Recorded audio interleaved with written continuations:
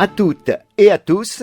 Ah ben j'ai l'air d'aller mieux. Alors à tous, bonjour. Ici Jean-Louis Gonfalon en direct du front de Cléré. Oh, vraiment désolé pour hier. Nous avons encore dû rendre l'antenne avant la fin de la déclaration classée secret défense de notre premier finistre, Ed le nettoyeur. Mais je suis certain que vous avez largement compris ce qu'il voulait dire. Inutile de l'écouter davantage. Je vous invite en revanche à prendre maintenant connaissance de la prise de parole de Toff Lacastagne, finistre de tous nos intérieurs.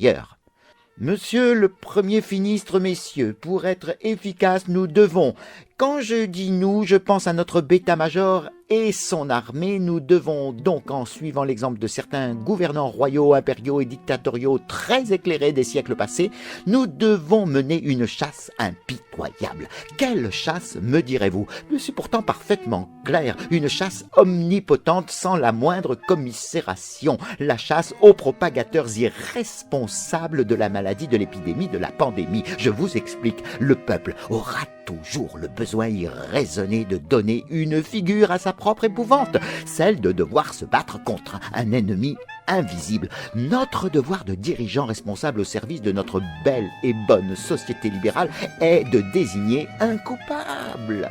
Et je suis en accord total avec Ed, je veux dire monsieur le Premier Finistre. Le coupable, c'est l'irresponsable. Il nous faut construire autour de lui sans trop nous soucier d'une quelconque réalité et véracité des faits.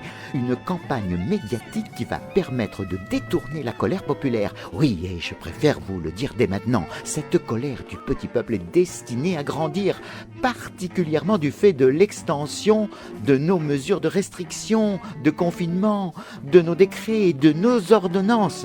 Notre bon petit père du peuple, notre tigre, notre Georges, notre Clémenceau à nous, je parle de notre chef à tous, le grand Mac l'éborgneur, l'a bien dit hier sur le front du Grand Est. Nous sommes en guerre, a-t-il répété, je pose des règles nouvelles, nous posons des interdits, il y aura des contrôles, toute infraction à ces règles sera sanctionnée.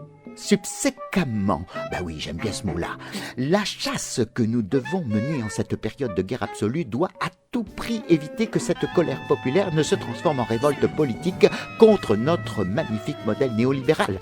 Alors faisons taire définitivement ces coupables irresponsables qui clament sur tous les réseaux sociaux que notre modèle économique actuel nous aurait contraints à rentrer en concurrence les uns avec les autres jusqu'à l'épuisement sans garantir la protection à aucun d'entre nous. Même pas vrai. Je veux m'adresser maintenant à tous les confins. Ah, désolé, il me faut rendre l'antenne. À demain, éventuellement.